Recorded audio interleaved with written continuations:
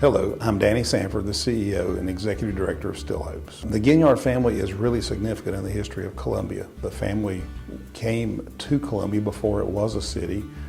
They came into South Carolina as French Huguenot immigrants, and as surveyors came to Columbia to lay out the city of Columbia. And even today you can see their marks left on our city when you drive down UG Street or drive up Gervais Street, because those two words are French Huguenot words that Mr. Ginyard named those streets so many years ago. From there, the family stayed in the Columbia area on the West Columbia side of the river and opened up a brickworks called the Ginyard Brickyard, and they actually made the bricks there that were used to build the city of Columbia. In fact, the mansion we're sitting in now and that's here on the Still Hopes campus is built of those Ginyard brick, and it's listed on the National Historical Register because of the brick that are used to build the city. The Ginyard family, who built the mansion here and came to Columbia, like I said, so many years ago, had 9 children who lived here in the mansion house at Still Hopes. One of those children was Dr. Jane Bruce Ginyard, who was the first female physician in the state of South Carolina and who lived and practiced in Columbia on Lady Street throughout her career. Her vision as she got older in life was to create a home for seniors, and she envisioned this place called Still Hopes as the place to do that. So she gifted this property to the Episcopal Church in downtown Columbia with the instruction that they were to create a home for seniors. One of the members at the church was Poinsett Exum, that we know as Pointy. And Pointy caught that vision and thought it was a great idea, and he worked tirelessly for more than 10 years raising friends and funds to bring about Still Hopes as a place for seniors. The gift of Jane Bruce, along with that catching the vision of Poinsett Exum, culminated together to form something that became a community. It opened up in 1977 with 6 residents. It's grown today to have more than 350 residents, and it will soon grow to have 500 residents living here on the campus. We're a faith-based community, so we go by Christian principles in all that we do. The mission statement is to provide a faith-based community where life will be rich and full as God intends it to be, holding to our values, serving one another with dedication, and promoting health and wellness for all. We provide a community that residents can certainly live a very rich and full life.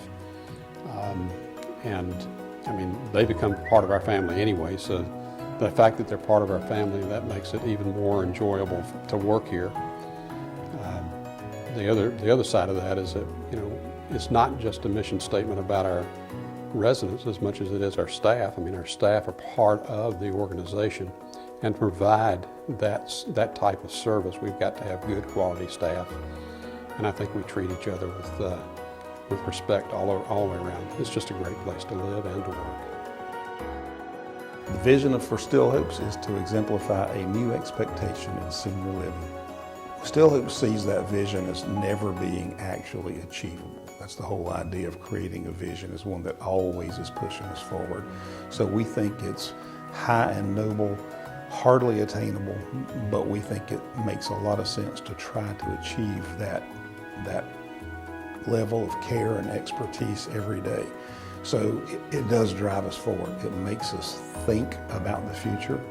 Even while we're doing one thing, we're thinking about what we should be doing next. So even as we go, well, we've just created a new vision for seniors. The very same question at the same time you say we've created this is, what should we be doing next? And the whole idea is to always push it forward, always make the life of the resident better, as well as the place to work for staff, a better and better place to be. Our values start with family, attitude, integrity, team, and health. I think what we start with is combining or pulling those words together creates the acronym FAITH. And faith, I think, is where we feel is the foundation. With faith, you can pretty much do anything.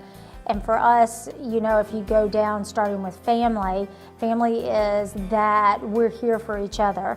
So we kind of say that, you know, a family sticks together and they stick together through the good and the bad and the ugly. And I think that's what we do. I think with attitude, it is you get to choose your attitude, but with the right attitude, you can really accomplish a lot. When it comes to integrity, we feel that it's anchored in trust, accountability, and respect for one another. When we think of team, you know, I love the saying that it takes a village, because it really does. It takes a village to do what we do every day. Of course, when you think of health, we mean that for the residents as much as we do for the employees, but when we feel confident that we really provide an atmosphere that nurtures the emotional, the spiritual, and the physical well-being of the employees here at Still Hopes. And really want to say that if you take care of yourself first, then you're really able to do a great job of taking care of others.